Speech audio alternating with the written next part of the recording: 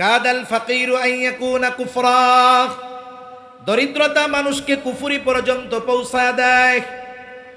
এইবার ওই মহিলা তার প্রয়োজনের কাছে হার মেনে গেল, কিফিলের শর্তে রাজি হয়ে গেল। নির্ধারিত দিন নির্ধারিত জায়গায় কিফিল হাজির। হাদিসের মধ্যে আসছে একেবারে জেনার নিকটবর্তী। মহিলা কান্না করে আর থরথর করে কাঁপে। কিফিল গেছে মজা করার জন্য, আর মহিলা কান্না করে আর কাঁপে। কিফিল বলে, মহিলা কান্না করো কেন? আমি কি তোমাকে জোর করেছি নাকি, বাধ্য করেছি নাকি? কান্না করো কেন? মহিলা বলে, কিফিল কান্না করি আল্লাহর ভয়, আমি কোনোদিন এই পাপের সাথে লিপ্ত হই নাই, তবে আজকে কেন রাজি হয়েছো? বলে, আমার অভাব, আমার তো ভয় হয় যদি তোমার সাথে জেনা করার পরে মারা যাই, আল্লাহ তাআলার সামনে আমাকে একজন ব্যভিচারিণী হিসেবে উপস্থিত হওয়া লাগবে, আমি আল্লাহর ভয়ে কান্না করি। কিফিল এই কথাটা কিফিলের কান দিয়ে হৃদয় পর্যন্ত পৌঁছায় গেল। কিফিল বলে, সত্যই তুমি আল্লাহর ভয়ে কান্না করো? বলে, হ্যাঁ। কোনোদিন এই পাপাচারে লিপ্ত হও নাই? বলে, না, হই নাই। এবার কিফিল ওই অবস্থা থেকে উঠে গেছে। কিফিল উঠে গেছে, ওঠার সময় মহিলারে 60 দিরহাম কর্জ দিয়েছিল। বলে, মহিলা যাও, এটা তোমাকে সদকা করে দিলাম, আর শুনে নাও, আজকে থেকে আমি আর কোনো পাপাচারে লিপ্ত হব না। খালেস তওবা করে কিফিল বাড়িতে চলে গেছে। ঘটনাক্রমে রাতের বেলায় কিফিল মারা গেছে। কিফিল যে তাওবা করেছে, কিফিলের তাওবা যে কবুল হয়েছে, দুনিয়ার কেউ জানে না, কিন্তু জানেন যিনি তিনি কে। কিফিলের তাওবা কবুল হয়ে গেছে, কিফিল মারা গেছে। মানুষেরা আনন্দিত যে হায় এক জালেম মরছে, ভালো হয়েছে, জালেমের মৃত্যু হয়েছে, ভালো হয়েছে, মানুষেরা আনন্দিত। কিন্তু আল্লাহ তাআলা কিফিলের দরজায় লিখে দিয়েছেন, আল্লাহ তাআলা কিফিলকে ক্ষমা করে দিয়েছে। তোমরা কিফিলকে পাপী বলো না, কিফিল জান্নাতের বাসিন্দা হয়ে গেছে। আগের কথায় নয়, সম্প্রতিকালের সময়ের কয়েকটা উদাহরণ আপনাদের খেদমতে দেই। চট্টগ্রাম বিভিন্ন সফরের কারণে আমার দেখার সুযোগ হয়েছে, আলহামদুলিল্লাহ। অনেক সময় আমাদের মন মানসিকতা হলো এইরকম, বাড়ির গোশ ডাইলের মতো, বুঝেন? বাড়ির গোশ ডাইলের মতো। আমার দাওয়াত দিয়ে নিয়ে আসছেন, অথচ এই কালামপুর ধামরাই এমনও আলেম আছে যার ছাত্র হওয়ার যোগ্যতা আমার নাই, কিন্তু ওনার চাইতে আমারে ভাল লাগে কেন? ওই যে বাড়ির গোশ, এটা ডাইলের মতো লাগে। কথা বুঝেন নাই মনে হয়? পাশের বাড়ির পিঠা খুব মজা লাগে। আমাকে গ্রামে গল্প কয় অনেক সময়, কয় এক লোক বাড়িতে আসছে, তার স্ত্রী আইনা সুন্দর মতো পিঠা খাইতে দিছে। এখন পিঠা খাইতেছে আর জিজ্ঞাসা করে কেমন হইছে। স্বামী জিজ্ঞাসা করে, কই পাইছো, কে দিছে? বলে, পাশের বাড়ি থেকে দিছে আপনার জন্য। খাওয়া দাওয়ার পরে বলে, কেমন লাগছে? কয়, খুব মজা। সত্যি মজা? কয়, হ্যাঁ মজা। এরপরে মহিলা কানের কাছে গিয়ে কয়, আসলে সত্য কথা, আপনি আসবেন তো, আপনার জন্য আমি বানাইছি। কয়, এই জন্যই তো বাসি বাসি গন্ধ। শাইখুল ইসলাম আল্লামা শাহ আহমদ শফি রহমাতুল্লাহি আলাইহি, উনি মাদ্রাসার আশেপাশে যখন কোনো জায়গায় মাহফিলে যাইতেন, বয়ান করতেন, অধিকাংশ সময় আসরের পর দেখা যাইত শাইখুল ইসলাম বয়ান করতেছে, সামনে 15, 20, 25 জন মানুষ। পটিয়ার হযরত আব্দুল হালিম বুখারী রহমাতুল্লাহি আলাইহি ওয়াজ করতেছে, সামনে 15, 20 জন মানুষ। অনেক সময় আমরা আলোচনা করি, দেখা যায় রাত গভীর, লোকজন নাই, বলি মানুষ নাই, ওয়াজ করবো কি? বলেন তো, 1000 মানুষ যদি হয়, প্যান্ডেল ভরে যায়। আরো 3 প্যান্ডেলের পরিমাণ মানুষ যদি বাহিরে থাকে, একজনেরও যদি ওই কথার দ্বারা পরিবর্তন না হয়, আর যদি 15 জনের মধ্যে একজন যদি কথা শুনে আমল করে, ওই লাখো মানুষের চাইতে 15 জন শ্রোতার মূল্য অনেক বেশি।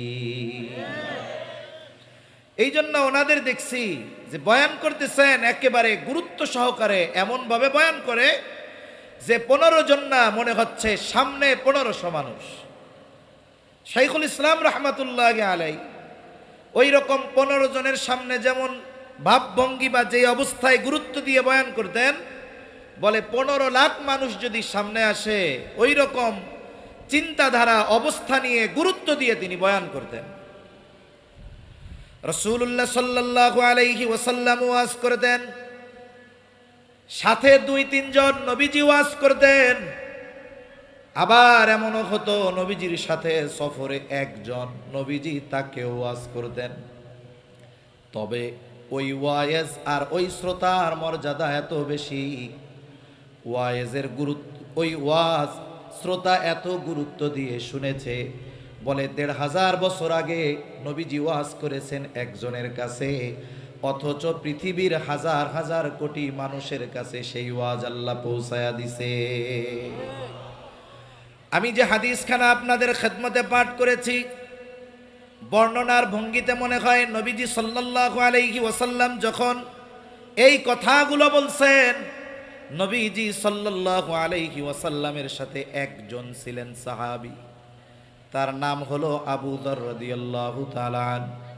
আবু যর রাদিয়াল্লাহু তাআলা আনহু বলেন, ক্বালা লি রাসূলুল্লাহি সাল্লাল্লাহু আলাইহি ওয়াসাল্লাম। আবু যর রাদিয়াল্লাহু তাআলা আনহু বলেন, রাসূলুল্লাহ সাল্লাল্লাহু আলাইহি ওয়াসাল্লাম আমাকে বলেছেন, ইয়া আবু যর, হে আবু যর, ইত্তাকিল্লাহা হাইথুমা কুনতা, হে আবু যর, তুমি যেখানেই থাকো না কেন আল্লাহ তাআলাকে ভয় করবা। যেখানেই থাকো না কেন ভয় করবা কাকে? ইত্তাকুল্লাহ, আল্লাহকে ভয় করো। তাকওয়া হলো এমন এক ওয়াজ, নবীজির এমন কোন খুতবা নাই যেই খুতবায় নবীজি তাকওয়ার কথা বলেন নাই। নবীজির জীবনের প্রত্যেকটা খুতবার শুরুতে নবীজি সাল্লাল্লাহু আলাইহি ওয়াসাল্লাম তাকওয়ার নির্দেশ দিয়েছেন। সাথে সাথে তাকওয়া এত পাওয়ারফুল, আল্লাহ রাব্বুল আলামিন তাকওয়ার কথা কোরআনে বারবার বলেছে। যেমন আল্লাহ তাআলা বলেন, ইয়া আইয়ুহাল্লাযীনা আমানুত্তাকুল্লাহ, আল্লাহ তাআলা বলেন, হে ঈমানদারেরা, তোমরা আল্লাহ তাআলাকে ভয় করো, হাক্কা তুকাতিহি, ভয় করার মতো ভয় করো, ওয়ালা তামুতুন্না ইল্লা ওয়া আনতুম মুসলিমুন, আর তোমরা মুসলমান না হয়ে মৃত্যুবরণ করো না। বুজুর্গানে দ্বীনের কিছু কথা একটু আপনাদের নকল করে শোনাই। আল্লাহ তাআলা তাকওয়া অর্জন করতে বলেছেন প্রথমে ঈমানদারদের, ইয়া আইয়ুহাল্লাযীনা আমানুত্তাকুল্লাহ, হে ঈমানদারেরা, তোমরা আল্লাহ তাআলাকে ভয় করো, মুত্তাকি হও। এরপরে আল্লাহ বলেন ভয় করার মতো ভয় করো। এরপরে আল্লাহ বলেন, ওয়ালা তামুতুন্না ইল্লা ওয়া আনতুম মুসলিমুন, মুসলমান না হয়ে মৃত্যুবরণ করিও না। তাহলে আল্লাহ তাআলা আমাদেরকে মুসলমান না হয়ে মৃত্যুবরণ করতে মানা করেছেন। এর আগের কথার দ্বারা বোঝা যায়, যেই মুমিন তাকওয়া অর্জন করে না, মুত্তাকি হয় না, সে প্রকৃত মুসলমান হতে পারে না। ঈমানদার হইল ঠিক, ঈমান আনছে, কারণ তাকওয়ার সর্বনিম্ন স্তর হলো ঈমান আনা। যখন কোনো ব্যক্তি ঈমান আনে তখন সে তাকওয়ার সর্বনিম্ন স্তরে অবস্থান করে। এরপরে সে আল্লাহ তাআলার নির্দেশিত যেই তাকওয়া ঈমান আনার পরে এটা অর্জন যদি করতে হয়, আল্লাহ তাআলার সকল বিধি নিষেধ মেনে চলতে হয়। আলহামদুলিল্লাহ, যেই বাচ্চাটা হারায় গেছিল তাকে পাওয়া গেছে, স্টেজে আছে, তার অভিভাবকরা এসে বাচ্চাটাকে নিয়ে যান। তাহলে মূল কথা হলো, মুসলমান যদি হতে হয়, মুত্তাকি হওয়া ছাড়া প্রকৃত মুসলমান হওয়া সম্ভব নয়। কোরআনুল কারীমের অন্যতম একটি বিষয় হলো এমন, আল্লাহ রাব্বুল আলামিন কোরআনে যেই বিষয়ের আদেশ করেন, সাথে সাথে আল্লাহ তাআলা সেই বিষয়ে বাস্তবায়ন করার পদ্ধতিও জানায় দেয়। এমনটা নয় আদেশ করার সাথে সাথেই শেষ, কিন্তু আর কিছু বলেন না। বলে আল্লাহ তাআলা বান্দার উপরে অতিমাত্রায় দয়াশীল, এই জন্য শুধু বান্দাকে আদেশ করেন এমন নয়, বরং ওই আদেশ বাস্তবায়ন করতে যত নির্দেশনা প্রয়োজন সব নির্দেশনা যিনি দিয়ে দেন তিনি কে? এই নির্দেশনা দুই ভাবে হয়। কয়ভাবে? দুই ভাবে। একটা হলো আল্লাহ তাআলা ইঙ্গিত দিয়ে দেন, সূত্র দিয়ে দেন। আর একটা হলো আল্লাহ তাআলা সরাসরি পথ নির্দেশনা দিয়ে দেন। আল্লাহ রাব্বুল আলামিন ইঙ্গিত দিয়ে দেয়, তবে স্পষ্টভাবে জানান না, তবে এটা জানায়া দেন এই আদেশ কোথায় গেলে বাস্তবায়ন করতে পারবা।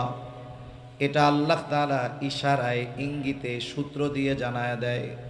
যেমন কোরআনুল কারীমের মধ্যে আল্লাহ তাআলা বারবার নামাজের আদেশ দিয়েছেন। ৮২ স্থানে নামাজের কথা আছে। ঈমানের পরে সবচাইতে গুরুত্বপূর্ণ বিষয়ের নাম হলো নামাজ।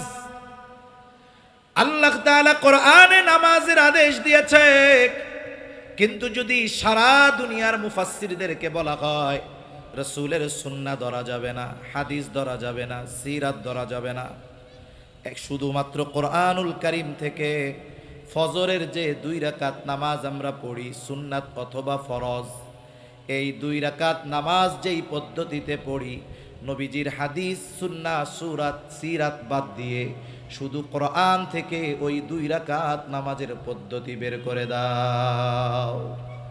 সারা দুনিয়ার আলেমদেরকে সুযোগ দেওয়া হবে শুধু কোরআনের নস থেকে। বলেন তো, কিয়ামত পর্যন্ত যদি হায়াত দেওয়া হয়, সুযোগ দেওয়া হয়, রাসূলকে বাদ দিয়ে শুধু কোরআন থেকে নামাজের 2 রাকাত নামাজের পদ্ধতি বের করা সম্ভব নয়। তাহলে নামাজের আদেশ দিয়েছেন আল্লাহ, আর আমাদেরকে নামাজ শিখিয়েছেন মুহাম্মাদুর রাসূলুল্লাহ। আল্লাহ তাআলা সরাসরি কোরআনে নামাজ পড়ার পদ্ধতি আমাদের শেখান নাই। নবীজি সাল্লাল্লাহু আলাইহি ওয়াসাল্লাম আমাদের পদ্ধতি শিখায়া দিয়েছেন। এই জন্য নবীজি বলেন, সল্লু কামা রাআইতুমুনি উসাল্লি। নামাজের আদেশ তো আল্লাহ দিছে, কিভাবে পড়বো? বলে আমারে যেভাবে নামাজ পড়তে দেখো সেইভাবে নামাজ পড়ো। সুবহানাল্লাহ। আরেকটা উদাহরণ দেই। নামাজের যেই ফরজগুলো আছে এর মধ্যে একটি ফরজ হলো রুকু করা। কি করা? জোরে বলেন। রুকু করা। রুকু শব্দের শাব্দিক অর্থ হলো ঝুঁকা। কোরআনুল কারীমে আল্লাহ তাআলার নির্দেশ আছে, ওয়ারকাউ মা'আর রাকিঈন, রুকুকারীদের সাথে রুকু করো। এখন রুকু অর্থ ঝোঁকা। আমি যদি এই শাব্দিক অর্থকে গ্রহণ করে রুকু করি, নামাজে দাঁড়াইলাম, একজন সাধারণ মুসল্লি আমার পাশে, আলেম না, এখন রুকুতে গেলাম, রুকুতে গেছি কতটুকু, ঝুঁকেছি কতটুকু? বলে শুধু মাথাটারে একটু ঝুঁকায়া দিছি, পিঠটাকে অল্প একটু বাঁকায়া দিছি, কিন্তু পরিপূর্ণ পুরা এলের মতো, দালের মতো বাঁকা হই নাই। বলেন তো, আমি যতটুকু ঝুঁকলাম, যেই রুকুর নির্দেশ আল্লাহ দিয়েছে, অতটুকু ঝুঁকলে রুকুর ফরজ আদায় হবে নাকি? হবে না। এখন আল্লাহ রুকু করতে বলেছেন, ঝুঁকতে বলেছেন, কতটুকু ঝুঁকতে হবে, কোন পদ্ধতিতে ঝুঁকতে হবে সেটা শিখিয়েছেন মুহাম্মাদুর রাসূলুল্লাহ সাল্লাল্লাহু আলাইহি ওয়াসাল্লাম। এটা হলো একটা বিষয় যে আল্লাহর আদেশ, এটা বাস্তবায়নের পদ্ধতি আল্লাহ শিখতে বলেছেন মুহাম্মাদুর রাসূলুল্লাহ সাল্লাল্লাহু আলাইহি ওয়াসাল্লামের কাছ থেকে। আরেকটা হলো আদেশ করার সাথে সাথে আল্লাহ তাআলা ওই আদেশ বাস্তবায়নের পদ্ধতিও নিজে বলে দিয়েছেন।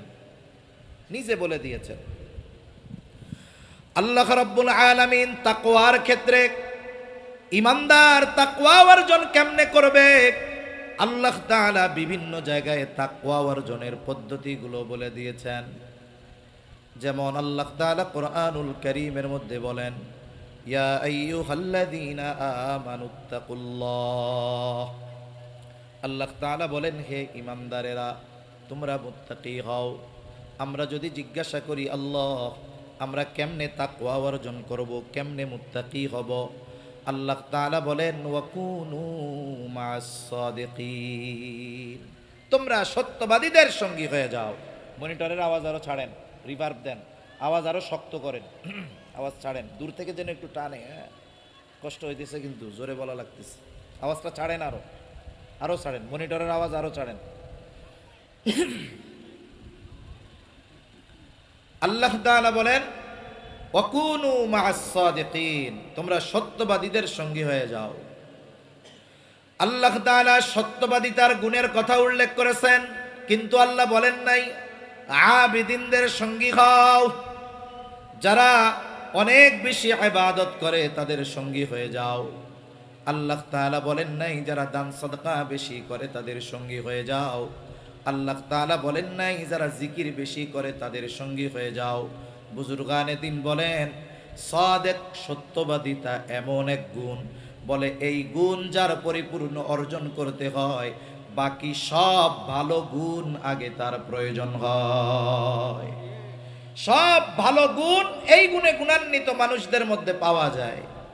একটা উদাহরণ দিলে বুঝতে সহজ হবে। এখনো প্রত্যন্ত অঞ্চলে অনেক জায়গায় এমন আছে যে শিক্ষার আলো বা শিক্ষার হার ওই রকম পৌঁছায় নাই। একটা সময় তো এমন ছিল, যদি এক গ্রামে কেউ 5টা লেটার পেয়ে ম্যাট্রিক পাস করত, 5টা লেটার মানে 5 সাবজেক্টে 80-র উপর পেয়ে ম্যাট্রিক পাস করছে, 5 গ্রাম পাড়ি দিয়ে ওই মানুষগুলাকে দেখার জন্য আসতো যে অমুক গ্রামে একজন 5টা লেটার পাইয়া ম্যাট্রিক পাস করছে। এখন যদি ওই সমস্ত গ্রাম বা এলাকায় উচ্চ শিক্ষায় কোনো শিক্ষিত ব্যক্তি হতো, গোটা থানা থেকে মানুষজন তাকে দেখতে আসতো। এজন্য আগের মানুষ, এখনো অনেকে আছে এরকম, ম্যাট্রিক আইয়া পাশ করলে মনে করে এর চাইতে উচ্চ শিক্ষিত দুনিয়ায় আর কেউ নাই। প্রত্যন্ত অঞ্চলে থাকে। তা ওই রকম প্রত্যন্ত অঞ্চলের একটা ছেলে শহরে আসছে। ব্রিটিশ আমলেও জাগতিক লাইনে উচ্চ শিক্ষা ছিল। একটা ছেলে শহরে আসছে, উচ্চ শিক্ষায় শিক্ষিত হয়েছে, ঢাকা ইউনিভার্সিটিতে ভর্তি হয়েছে, অনার্স মাস্টার্স শেষ করছে, বিসিএস ক্যাডার হয়েছে, বড় সরকারি চাকরি করে। মোটামুটি বাংলাদেশের যেই পড়াশোনা মোটামুটি তার শেষ। এখন সে এক বিষয়ে ডক্টরেট করতেছে। লোকটা যখন গ্রামে গেছে, আশেপাশের 10 গ্রামের মানুষ দেখতে আসছে, এত বড় শিক্ষিত মানুষ দেখার জন্য গেছে।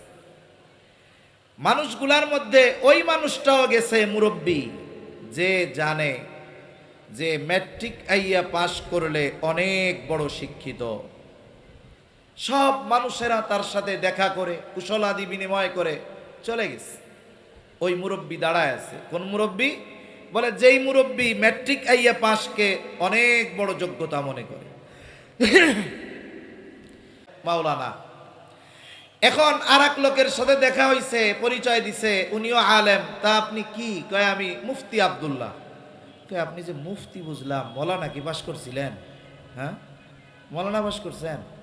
এখন বলেন তো, একজন লোক যদি ইফতায় ভর্তি হইতে চায়, সে যদি মুফতি হওয়ার ইচ্ছা পোষণ করে, মাওলানা যদি না হয়, দাওরায়ে হাদিস যদি পাস না করে, সে কি ইফতা বিভাগে ভর্তি হতে পারবে?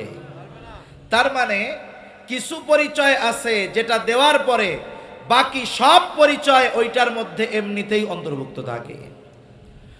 আল্লাহ রাব্বুল আলামিন সত্যবাদীদের সঙ্গী হতে বলেছেন। বাস্তবিক অর্থে যারা সাদেক, বাস্তবিক অর্থে যারা সত্যবাদী তারা আবেদ, বাস্তবিক অর্থে যারা সাদেক তারা দানশীল, তারা যাকির। তার মানে সাদেক যারা, তাদের মধ্যে সকল ভালো গুণ আছে। আল্লাহ তাআলা এই জন্য সাদিকিনদের সঙ্গে হতে বলেছেন। মূলত আহলুল্লাহ যারা, আল্লাহওয়ালা যারা, আমাদেরকে যদি মুত্তাকি হতে হয় তাদের সঙ্গে সম্পর্ক গড়া দরকার। কারণ ওয়ালাইকুম আসসালাম, ভালো আছেন? কারণ সোহবত, সংস্পর্শতা বড় এক জিনিস। সোহবত বড় এক জিনিস। সোহবতের দ্বারা এমন কিছু অর্জন হয় যেটা লেখাপড়া করে অর্জন হয় না। মনে করেন একজন ছেলে ঢাকা মেডিকেল কলেজ থেকে সে এমবিবিএস কমপ্লিট করছে, এমবিবিএস পড়াশোনা শেষ তার। এখন সে কি করে? বলে এই 4 বছর সে যা লেখাপড়া করলো, কোন কোন ক্ষেত্রে 1 বছর, কারো ক্ষেত্রে 2 বছর, কারো কারো ক্ষেত্রে এমন হয় 3 বছর একজন অভিজ্ঞ ডাক্তারের তত্ত্বাবধানে ইন্টার্নি করা লাগে। ঠিক না? ইন্টার্নি করা লাগে। যখন যার আন্ডারে ইন্টার্নি করছে উনি যখন সার্টিফিকেট দেয় যে হ্যাঁ ও এখন থেকে চেম্বার করতে পারে, এখন থেকে রুগী দেখতে পারে, এরপরে সে নিজে রুগী দেখা শুরু করে। কিন্তু একজন 4 বছর লেখাপড়া করে ইন্টার্নি যদি না করে, শিক্ষিত বা বুঝমান মানুষ যদি জানে এই লোকটা কারো সোহবতে থেকে ইন্টার্নি করে নাই, বলে ওই এমবিবিএস এর কাছে মানুষ জানলে জ্বরের ওষুধও আনতে যাবে। আর সোহবতের কারণে কি হয়, বলে 8 ফেল মানুষও ডাক্তার হয়ে যায়। এক এলাকার গল্প বলতেছি। একজন বড় ডাক্তার ছিলেন, ওই সময়ের এমবিবিএস পাস। উনি গ্রামে আসছেন, আসার পরে উনি একটা ফার্মেসি দিচ্ছেন, রুগী দেখেন, নিজেই প্রেসক্রিপশন করেন, ওষুধের দোকানও ওনার নিজের। এখন একজন লোক ওনার দরকার, উনি প্রেসক্রিপশন করবেন, ওষুধ বেচবেন, এটা ওনার জন্য বড় কষ্টের ঝামেলা। তা একটা পরিবারের ছেলে, গরিব মানুষ, সে 8ও পাস করতে পারে নাই। ছেলেটার পরিবারে অভাব, লেখাপড়ার সুযোগ নাই। ছেলেটাকে তিনি বললেন, তার পরিবারের কাছে প্রস্তাব দিলেন যে এক কাজ করো, ছেলেটারে আমারে দিয়ে দাও, আমার কাছে থাকবে, ওষুধ টষুধ চিনায়া দিমু, মানুষের কাছে দিবে, টাকা পয়সা রাখবে, বেচা কেনা করবে। এখন ওই 8 ফেল ছেলেটা ওনার দোকানে কি করে, উনি প্রেসক্রিপশন লেখে, মোটামুটি পড়ালেখা জানে, ও খুঁজে খুঁজে ওষুধগুলো বের করে দেয়। আর পাশে বসে বসে দেখে যে কোন রোগী আসলো, ডাক্তার কি বলল, এভাবে বলতে বলতে প্রায় 1 যুগের বেশি তার সাথে সে আছে, সোহবতে আছে। আরো কিছুকাল তার সাথে থাকার পর ওই ডাক্তার সাহেব দুনিয়া থেকে মারা গেছে। ডাক্তারের কোনো ছেলে নাই। যাওয়ার আগে ডাক্তার ওসিয়ত করে গেছে, এই ছেলেটা আমার কাছে বছরের পর বছর কাটায় দিল, আমি তাকে তেমন কিছু দিতে পারি নাই। আমার যেই ওষুধের দোকান, ওইটার মালিকানা আমি তারে দিয়া দিলাম। এইবার ওই ছেলেটা দোকানে বসা শুরু করছে, রুগী দেখা শুরু করে দিয়েছে।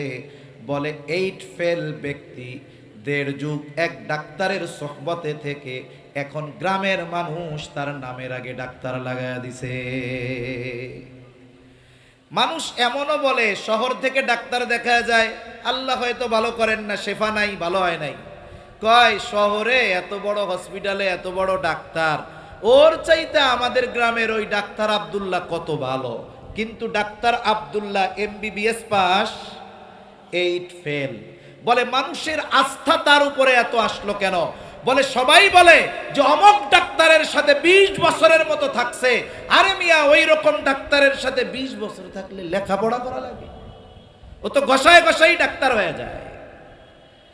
এই যে মানুষের আস্থা তার উপরে কেন, মূল কারণটা হলো ওই যে অভিজ্ঞ ডাক্তারের সোহবতে থাকা। সোহবতের বড় পাওয়ার।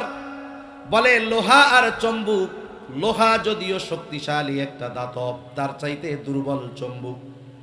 চম্বুকের মধ্যে একটা গুণ আছে, লৌহজাত দ্রব্যাদিকে সে আকর্ষণ করে নিজের দিকে টেনে নিয়ে আসে। লৌহজাত দ্রব্যাদি সে নিজের দিকে টেনে নিয়ে আসে। এখন যদি লোহা হুমকি দেয় চুম্বুক রে, এই তোর মধ্যে ওই পাওয়ার, ওইটা আমারে দিয়া দে। বলেন তো, লোহা যতই প্রভাব খাটাক না কেন, যতই পাওয়ার দেখাক না কেন, চম্বুকের মধ্যে থাকা ওই আকর্ষণের গুণ কি লোহা নিতে পারবে নাকি?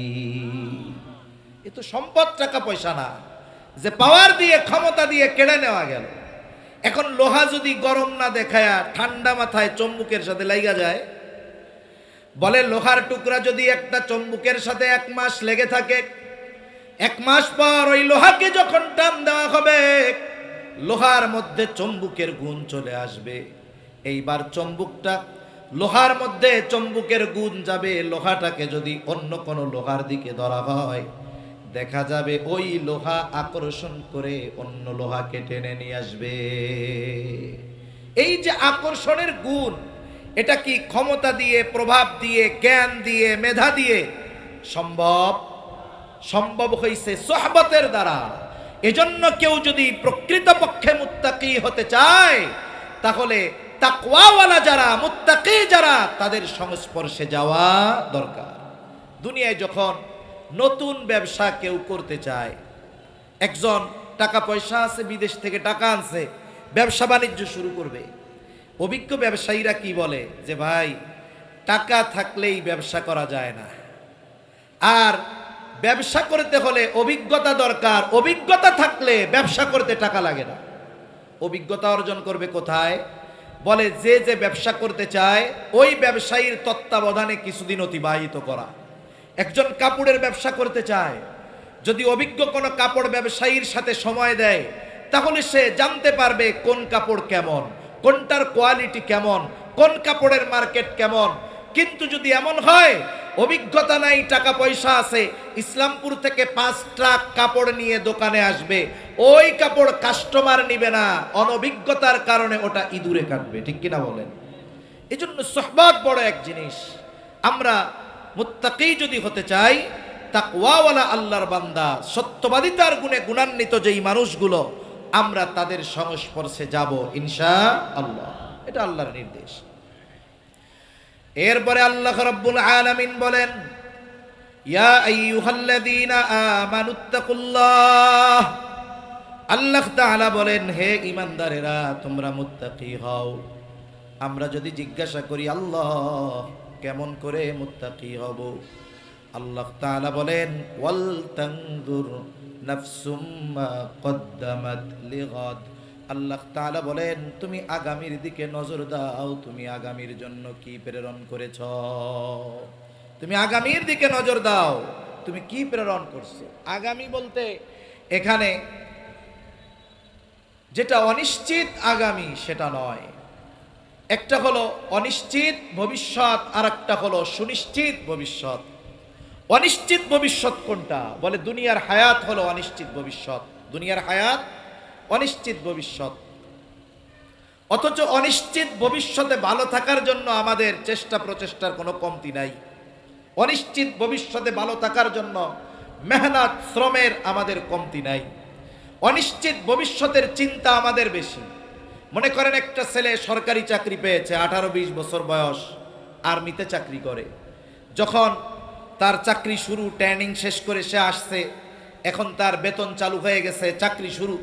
এখন কি হয় বলেন তো? তার যেই বেতন, এটা কি তাকে পরিপূর্ণ দেওয়া হয় নাকি কিছু গভর্নমেন্ট কেটে রাখে? গভর্নমেন্ট কিছু অংশ কেটে রাখে। কেটে রাখার কারণ কি? কেটে রাখার কারণ হলো তার বেতনের পরিমাণ থেকে একটা নির্দিষ্ট % কেটে রাখে। এটা কি হবে? বলে ওই যে 60 বছর বয়সে যখন সে চাকরি থেকে অবসর নিবে, এই 40 বছরে যেই পরিমাণ টাকা জমানো হয়েছে তার দ্বিগুণ পরিমাণ টাকা তাকে ফেরত দেওয়া হবে। কেন? বলে 60 বছর বয়স, বাড়িতে গিয়ে কি কাজ কামার করবে? কারণ তার জীবনের মূল সময়টা তো সে গভর্নমেন্টের সার্ভিস দিছে। 60 বছর বয়সে যখন সে বাড়িতে যাবে তখন তার আর আগের মতো কাজ করার মতো সুযোগ থাকবে না। সেজন্য সরকার কেমন যেন জানায় দেয়, তুমি যদি দায়িত্ব যথাযথভাবে পালন করো, বৃদ্ধকালে তোমার কোনো চিন্তা নাই, তোমারে একসাথে 1 বস্তা টাকা দিব, আবার প্রতি মাসে মাসে পেনশন দিব তোমাকে, মৃত্যু পর্যন্ত তুমি এই টাকাগুলো পাবা, বসে বসে খাবা। তাহলে 18-20 বছরের যুবক তার বেতন থেকে টাকা জমায় কেন? বলে 60 বছর পরে তাকে এটা দেওয়া হবে। আবার তার যদি ব্যয় কম হয়, সে নিজের থেকেও কিছু টাকা ফিক্সড ডিপোজিট করে জমায়। কেন জমায়? বলে যখন চাকরি থাকবে না তখন এই টাকাগুলো দিয়ে আমি ব্যবসা করব, বাকি হায়াত আমি ভালোভাবে কাটাবো। এখন বলেন তো, সরকার যেই ভবিষ্যতের জন্য টাকা কাটে আর জমায়, ওই যুবক যেই ভবিষ্যতের জন্য টাকা কাটে আর জমায়, এই ভবিষ্যৎ ওই যুবকের জন্য অনিশ্চিত না সুনিশ্চিত? নিঃসন্দেহে অনিশ্চিত।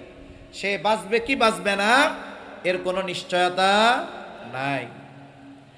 আল্লাহ তাআলা এই জায়গায় অনিশ্চিত ভবিষ্যতের দিকে নজর দেওয়ার কথা বলেন নাই। আল্লাহ তাআলা বলেছেন সুনিশ্চিত ভবিষ্যতের দিকে নজর দাও। ওয়াল তানজুর নাফসুম মা কদ্দামাত লিগাদ। তুমি নজর দাও আগামীর জন্য তুমি কি প্রেরণ করেছ। বৃদ্ধকালে ভালো থাকার জন্য কি জমাইছো এটা নয়, বরং কবর হলো সুনিশ্চিত ভবিষ্যৎ। এই কবরে ভালো থাকার জন্য তুমি দুনিয়ার থেকে কবরে কি পাঠাইছো। হায়রে ফুলসেরাত বিজলির মতো পাড়ি দেওয়ার জন্য কি পাঠিয়েছ। পরকালে জান্নাত পাওয়ার জন্য কি দুনিয়া থেকে ভবিষ্যতের জন্য পাঠিয়েছ, সেই দিকটাতে তুমি নজর দাও। এজন্য বুজুর্গানে দিন মুহাসাবার কথা বলেন, হিসাবের কথা বলেন। আর হিসাবের কথা আসলে আমাদের সামনে চিন্তা আসে টাকা পয়সার হিসাব। ব্যবসায়ী হিসাব করে টাকা পয়সার হিসাব, রাজনীতিবিদ হিসাব করে ভোটের হিসাব, এক একজনের এক এক রকমের হিসাব। কিন্তু বুজুর্গানে দিন আমলের হিসাব করতে বলেন, জীবনের নেকি আর গুনার হিসাব বুজুর্গানে দিন করতে বলেন। বুজুর্গানে দিন বলেন যে প্রত্যেকটা রাতে ঘুমাইতে যাওয়ার আগে, ঘুমানোর আগে সবার উচিত তার সারা দিনের ভালো মন্দ কাজের একটা হিসাব করা। আপনাদের এই বড় বাজার, কালামপুর বাজার, বাজারে অনেক বড় বড় ব্যবসায়ী আছে। অধিকাংশ প্রসিদ্ধ ব্যবসায়ী যারা যারা দীর্ঘদিন সুনামের সাথে ব্যবসা করতেছে, এই ধরনের ব্যবসায়ীরা কিছু রুলস ফলো করে, কিছু নিয়ম নীতি মেনে চলে, যার কারণে তারা দেখা যায় সহজে লস খায় না। মার্কেট বা বাজার বন্ধ হবে 10টায়, উনি দোকান বন্ধ করে দেয় 9টায়। 9টায় দোকান বন্ধ। দোকানের মধ্যে বসে কি করে বলে, কয়েক ধরনের হিসাব করে। 1 নাম্বার হিসাব করে আজকে বেচা কেনা কত হলো। 2 নাম্বার হিসাব করে আজকে কত টাকার মাল জিনিস কিনলাম। 3 নাম্বার হিসাব করে আজকে বাকি কত গেল। এই 3টা হিসাব অভিজ্ঞ দোকানদারেরা করে, ব্যবসায়ীরা করে। কারণ এই 3 হিসাবের মাধ্যমে আজকের ব্যবসায় তার লাভ কত সেটা সে বের করে ফেলে। যে যে ব্যবসা করে সেই ব্যবসার কত বিক্রয় হলে কত লাভ, এই হিসাব কম বেশি হলেও ওই অভিজ্ঞ ব্যবসায়ীর জানা থাকে। হয়তো 19-20 হতে পারে। যে সিমেন্টের ব্যবসা করে তার হিসাব আছে যে আমার 10 লক্ষ টাকা বিক্রয় হলে কত টাকা লাভ হবে, আছে না নাই? যারা মুদি দোকানদার দীর্ঘদিন ব্যবসা করে, জিজ্ঞাসা করবেন আপনার যেই প্রোডাক্ট, পণ্য, এগুলো যদি 1 লাখ টাকার বিক্রয় হয় আপনার লাভ কত হবে, সে যা বলবে হয়তো 19-20 হতে পারে। এখন হিসাব করে আজকের বেচা কেনা নগদ 1 লাখ অথবা 80,000 বা 70,000, বাকি 30,000। তার হিসাব হলো 1 লক্ষ টাকা বিক্রয় হলে আমার 20,000 টাকা লাভ হবে। এখন তার নগদ আর বাকি মিলে 1 লক্ষ বিক্রয় হয়েছে ঠিক, কিন্তু 30,000 বাকি। বলেন তো আজকের দিনের লাভ তার কাছে আছে? জোরে বলেন না, আছে? তার মূলধন থেকে মানুষের কাছে কত হাজার গেছে? 10,000। এই গতিতে যদি 1 মাস ব্যবসা চলে তাহলে মোটামুটি ব্যবসা শেষ হয়ে যাওয়ার উপক্রম হবে। এখন ব্যবসায়ী এই হিসাবের পরে একটা সিদ্ধান্তে উপনীত হতে পারে। কি সিদ্ধান্ত? তার কর্মচারী যারা থাকে এদেরকে সে সতর্ক করে দেয়, সাবধান, আগামীকাল থেকে যদি আমার বাবাও বাকি চায় বাকি দিবা না। আমার নগদ বাকি মিলায়া 1 লক্ষ টাকা বিক্রয় কেনা বেচা করার দরকার নাই, আমি 50,000 বিক্রয় করব, নগদে বিক্রয় করব। এই যে 1 ঘন্টা রাতের হিসাব কি হলো, বলে আগামী দিন কোন পদ্ধতিতে তার ব্যবসা পরিচালিত হবে সে সিদ্ধান্তে উপনীত হতে পারে। এই জন্য কোনো ব্যক্তি যদি প্রতিদিন রাতে শোবার আগে তার সারা দিনের নেকি আর বদির হিসাব করে, হয়তো এই হিসাব তার আগামী দিনের পরিবর্তনের কারণ হয়ে যেতে পারে। কারণ একটা মানুষ যদি রাতের বেলায় এই চিন্তা করে, নেকির চিন্তা করে, গুনার চিন্তা করে, তাহলে রাতের মধ্যে ওই প্রভাব তার মধ্যে পড়ে। যদি কেউ বিছানায় শুয়ে মোবাইল দেখা শুরু করে, বলে মোবাইলের প্রভাব তার মধ্যে পড়ে। আর যদি সে রাতে নিভৃতে একাকী ঘরে শুয়ে চিন্তা করে, আহারে আমি তো এখন অন্ধকার ঘরের মধ্যে আছি, আমার মৃত্যুর পরে আর এক অন্ধকার ঘরের মধ্যে যাওয়া লাগবে যেখানে আলো নাই, বাতি নাই। তবে আলো আর বাতির ব্যবস্থা হবে, বাতাসের ব্যবস্থা হবে, আরামের ব্যবস্থা হবে যদি নেকি থাকে। এবার সে হিসাব করে, দেখি আমার জীবনের হিসাবটা একটু করি, আজকের দিনের নেকি কত, গোনা কত। সে হিসাব করলো, দেখলো আজকে সওয়াব কম, গোনা বেশি। সওয়াব কম, তার গোনা বেশি। তার মধ্যে চিন্তা ঢুকছে, আরে আজকের রাতটা যদি আমার জীবনের শেষ রাত হয়ে যায় তাহলে আগামী দিন পরকালে আল্লাহর সামনে আমাকে গুনাহগারদের কাতারে দাঁড়াতে হবে। এই চিন্তা করে সে রাতের বেলায় খালেস তাওবা করছে, একেবারে একনিষ্ঠ তাওবা, যে আল্লাহ আমারে মাফ করে দেন, আমি আর জীবনে কোনোদিন গুনাহ করব না। এই তাওবা আল্লাহর কাছে কবুল হয়ে গেছে। কারণ বলা যায় না, আমি শুরুর দিকে বলেছিলাম যে কোন কথায় কার জীবনের পরিবর্তন হয় বলা যায় না। হাদিসের মধ্যে এক জালেমের ঘটনা আসছে। জালেমের নাম ছিল কিফিল। নবীজি সাল্লাল্লাহু আলাইহি ওয়াসাল্লাম একবার দুইবার নয়, বারবার কিফিলের ঘটনা সাহাবায়ে কেরামের কাছে বর্ণনা করেছেন।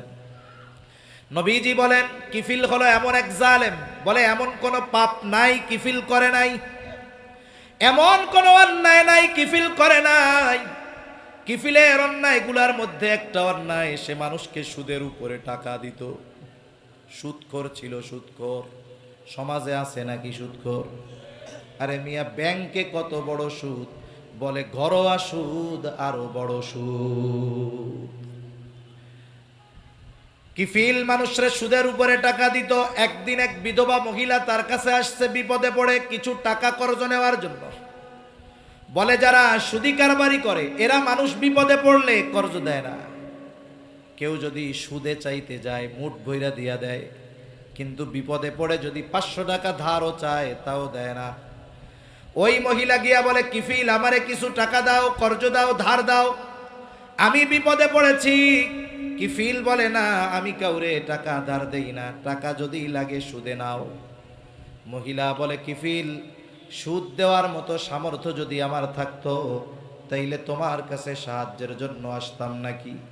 মহিলা বিধবা, চেহারা সুন্দর, সকল পাপে অভ্যস্ত কিফিল এবার মহিলাকে কুপ্রস্তাব দিয়ে বলে, মহিলা তোমাকে টাকা কর্জ দিতে পারি এই শর্তে, সুদ দিতে পারবা না অসুবিধা নাই, তবে আমার সাথে অমুক দিন গোপনে ব্যভিচারে লিপ্ত হবা। জালেম কিফিল সুযোগ মতো মহিলাকে জেনার প্রস্তাব দিল। হাদিসের মধ্যে আসছে কাদাল ফাকিরু আইয়াকুনা কুফরা, দরিদ্রতা মানুষকে কুফরি পর্যন্ত পৌঁছায় দেয়। অনেক সময় দরিদ্রতার কারণে অনেকের চরিত্র ধ্বংস হয়ে যায়। আমাদের আশেপাশে অনেক মানুষ আছে অন্যায়ের সাথে জড়িত, পাপাচারে লিপ্ত। যদি একটু আমরা খোঁজ নেই দেখা যাবে এরা শখে পাপে জড়িয়েছে এমনটা নয়। অধিকাংশ মানুষের এই পাপে জড়ানোর অন্যতম কারণ হলো তার অভাব। এজন্য গভর্নমেন্টের কি দরকার ছিল?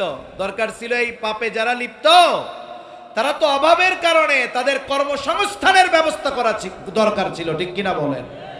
অথচ এরা কি চাচ্ছে? এরা চাচ্ছে পতিতাবৃত্তিকে বৈধতা দিয়ে এটাকে কর্ম হিসাবে বৈধতা দেওয়ার। রাষ্ট্র যদি কোনো অন্যায় কাজকে বৈধতা দিয়ে এটাকে কোনো পেশা হিসাবে বৈধতা দেয় যে এটা বৈধ কাজ, বলেন তো আল্লাহ না করুক কারো মেয়ে কারো ছেলে যদি ওই পাপাচারে লিপ্ত হয় আর মা বাবা যদি বাধা দেয়, ও গিয়ে মামলা দিবে গভর্নমেন্টের কাছে, দেখেন আমি রাষ্ট্রীয় আইন অনুযায়ী একটা বৈধ কাজ করতে চাচ্ছি, আমার বাবা বাধা দিচ্ছে, আমার মা বাধা দিচ্ছে, এদের নামে আমি মামলা করতে চাই। অথচ কি দরকার ছিল? এদেশে পতিতাবৃত্তির সাথে জড়িত কোটি কোটি নারী নয়, সংখ্যাটা যতই হোক না কেন, গভর্নমেন্ট যদি সদিচ্ছা করে তাহলে ওই পতিতালয়কে ভেঙে দিয়ে ওই জায়গায় ইন্ডাস্ট্রি বানিয়ে ওই নারীদের হালাল উপার্জনের ব্যবস্থা করতে পারে, ঠিক কিনা বলে? কিন্তু কাদেরকে খুশি করার জন্য উল্টা পতিতাবৃত্তিকে বৈধতা দিয়ে আবার তাদেরকে ডেকে এনে মোটা অঙ্কের টাকা তাদেরকে দেওয়া হচ্ছে। এর দ্বারা কি বোঝা যাচ্ছে? এরা সমাজ থেকে অন্যায় দূর করতে চায় না, পাপাচার দূর করতে চায় না, এরা চায় এই পাপাচারকে সমাজে বৈধতা দিতে, ঠিক কিনা বলেন? এখন আমরা যদি চুপ থাকি, কথা না বলি, প্রতিবাদ না করি, জেনা ব্যভিচার জমিনে বাড়বে, আল্লাহর আযাব গজব ত্বরান্বিত হবে। আর যখন আযাব আসবে কেউ বাঁচবে না। নবীজি সাল্লাল্লাহু আলাইহি ওয়াসাল্লাম আযাব সম্পৃক্ত লম্বা এক হাদিস, লাস্টে সাহাবায়ে কেরাম বলতেছে, যায় আমাদের মধ্যে নেককাররা থাকবে, এরপরেও ধ্বংস হয়ে যাব, এরপরেও ধ্বংস হয়ে যাব। নেককাররা থাকার পরেও আমরা ধ্বংস হয়ে যাব? বলে হ্যাঁ, যখন পাপের আধিক্যতা বাড়বে, পাপ বেড়ে যাবে, আল্লাহ যদি গোস্বা হয়ে যায়, যদি আযাব গজব দেয়, ওই সমাজের মুত্তাকি বান্দারাও ছাড় পাবে না। এই জন্য সাবধান, পাপাচারের ব্যাপারে আমাদের ঐক্যবদ্ধ হতে হবে। আল্লাহ তাআলা কিফিলরে মাফ করে দিয়েছে। তাহলে একটা কথা, একটা চিন্তা, একটা মানুষের গতিপথ জাহান্নাম থেকে জান্নাতের দিকে নিয়ে আসতে পারে, ঠিক কিনা বলেন? হতে পারে হয়তো এই যুবক রাতের বেলা আল্লাহর কাছে খালেস তাওবা করেছে, আল্লাহ আমি আর আগামী দিন থেকে কোনো পাপে জড়াবো না, গুনাহ করব না, হায় আল্লাহ আপনি আমারে মাফ কইরা দেন। দুনিয়ার কেউ শোনে নাই, কিন্তু শুনছে কে? খালেস তাওবা করেছে আল্লাহর জন্য, তাওবা কবুল। নবীজি বলেন আত্তাইবু মিনাজ যামবি কামাল্লা যামবালা, যে খালেস ভাবে তাওবা করলো সে কেমন যেন কোনো গুনাহই করে নাই, একেবারে নিষ্পাপ হয়ে যায়। ঘটনাক্রমে ওই ব্যক্তির জীবনের শেষ রাত যদি এটা শেষ রাত হয়, তাহলে কিয়ামতের দিন আল্লাহর সামনে আমল নামায় গুনাহ মুক্ত হয়ে সে উপস্থিত হবে। এজন্য আমরা আমাদের রাতের এই হিসাবকে গুরুত্ব দিব, যে আমার আজকে দিনের ভালো কাজ কত, আজকে দিনের মন্দ কাজ কত। যদি অভ্যস্ত হই কি হবে? বলে প্রথম দিনের হিসাবে দেখা যাবে গুনাহ বেশি সওয়াব কম, পরের দিন হয়তো হবে সমান সমান, এর পরের দিন দেখা যাবে গুনাহ কমছে সওয়াব বেড়েছে। ধারাবাহিকতা যদি ঠিক থাকে, এমনও দিন সে অতিবাহিত করবে, রাতের বেলা হিসাব করতে যাবে, কবিরা গুনাহ বহুদূর তার সগীরা গুনাহও খুঁজে পাবে না। কইতে পারেন সগীরা গুনাহ খুঁজে পাবো না হুজুর, এটা কোনো কথা কইলেন? কারণ হাদিসের মধ্যে আসছে এক নামাজ থেকে আর এক নামাজ, যে ব্যক্তি ফজর পড়ছে, যখন সে জোহর পড়ে, ফজর থেকে নিয়ে জোহর পর্যন্ত সগীরা গুনাহগুলো মাফ হয়ে যায়। সুবহানাল্লাহ। নেককার আল্লাহর বান্দা, সে তো এশার নামাজ পড়ে টিভি দেখবে না, মোবাইল দেখবে না, সে গিয়ে খাওয়া দাওয়া করে শুয়ে পড়বে, গুনাহ করার কোনো সুযোগ নাই। আল্লাহর কাছে মাফ চাইবে, গুনার হিসাব করবে। কবিরা গুনাহ সারাদিনে হয় নাই, সগীরা গুনাহও ওই যে এক নামাজের পরে আর এক নামাজ, সগীরা গুনাহ মাফ হয়ে যায়। মূলত তার আমল নামায় ওই দিন সগীরা গুনাহগুলাও আল্লাহর পক্ষ থেকে ক্ষমা হয়ে যাবে। সুবহানাল্লাহ। এটাই তাকওয়ার জীবন, এটাই মুত্তাকি। তাহলে দুইটা পদ্ধতি আমরা জানছি কোরআন থেকে। এক নাম্বার পদ্ধতি, আল্লাহ তাআলা বলেন ওয়াকুনু মা'আস সাদিকিন, সত্যবাদীদের সঙ্গী হয়ে যাও। দুই নাম্বার পদ্ধতি, তুমি আগামীর জন্য তথা পরকালের জন্য কি প্রেরণ করছো এটার ব্যাপারে একটু হিসাব করো, নজর দাও। এই দুইটা বিষয়ই থাক, আরো অনেকগুলো বিষয় আছে। তাহলে নবীজির উপদেশের দিকে আমরা ফিরে যাই। নবীজি আবু যর রাদিয়াল্লাহু তাআলা আনহুকে এক নম্বরে বললেন, ইয়া আবু যর ইত্তাকিল্লাহা হাইসুমা কুনতা, তুমি যেখানেই থাকো না কেন ভয় করবা কাকে? বলেন তো, পৃথিবীতে এমন কোন জায়গা আছে যেই জায়গায় গিয়ে যদি আমি আপনি পাপ করি আল্লাহ দেখবে না? দেখবে? এমন জায়গা আছে দুনিয়ায়? হযরত লোকমান আলাইহিস সালাম তার সন্তানকে অনেকগুলো উপদেশ দিয়েছে। এর মধ্যে একটা উপদেশ, ইয়া বুনাইয়া ইন্নাহা ইন তাকু মিসকালা হাববাতিন মিন খারদালিন ফাতাকুন ফি সখরাতিন আও ফিস সামাওয়াতি আও ফিল আরদ ইয়াতি বিহাল্লাহ। সন্তানকে বলতেছে, হে আমার সন্তান, ইয়া বুনাইয়া ইন্নাহা, হা দ্বারা উদ্দেশ্য তোমার ওই কৃত পাপ, ইন তাকু মিসকালা হাববাতিন মিন খারদাল, সেটা যদি কোনো সরিষা দানা পরিমাণ হয়, ফাতাকুম ফি সখরা আও ফিস সামাওয়াতি আও ফিল আরদ, আর তুমি যদি ওই সরিষা দানা পাপটা কোনো পাথরের মধ্যে করো, পাথর। এই আয়াতের তাফসিরে আনাস রাদিয়াল্লাহু তাআলা আনহু থেকে বর্ণিত একটা হাদিস আসছে। নবীজি বলেন, কোন ব্যক্তি যদি এমন কোন পাথরের মধ্যে গিয়া কোনো পাপ করে, কেমন পাথর? বলে যেই পাথরের দরজা নাই, যেই পাথরের জানালা নাই। বলেন তো, দরজা জানালা যদি না থাকে ঢোকা যাবে নাকি? ওই অসম্ভবকে সম্ভব করে কেউ যদি দরজা জানালা বিহীন কোনো পাথরের মধ্যে কোনো আমল করে, ওই আমলটা যদি সরিষা দানা পরিমাণ হয়, ওই আমলটা কিয়ামতের দিন যিনি হাজির করবেন তিনি কে? হযরত লোকমান বলেন ফাতাকুম ফি সখরাহ, ওই সরিষা দানা পরিমাণ পাপটা যদি তুমি পাথরের মধ্যেও করো, আও ফিস সামাওয়াত, যদি আসমানেও করো, আও ফিল আরদ, জমিনেও যদি করো, ইয়াতি বিহাল্লাহ, ওই পাপ সহ তোমাকে যিনি হাজির করবেন তিনি কে?